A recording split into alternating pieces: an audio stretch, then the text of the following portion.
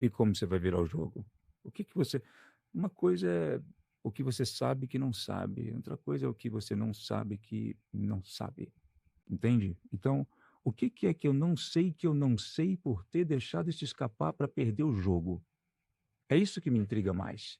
Não o fato de ter perdido e nem o que perdeu, mas é Não. o lance, o que eu não vi. O que que eu não vi? E isso é autorresponsabilidade, porque na maioria dos casos, eu perdi. Nossa, é muito fácil para as outras pessoas pensarem assim: "Não é porque a minha equipe não é boa, não é porque eu deixei de fazer isso". Sim, tá certo, deixou mesmo. Não é o problema da equipe, não é o problema disso, não é o problema daquilo. Tudo isso aqui é externo, tem outras pessoas conseguindo.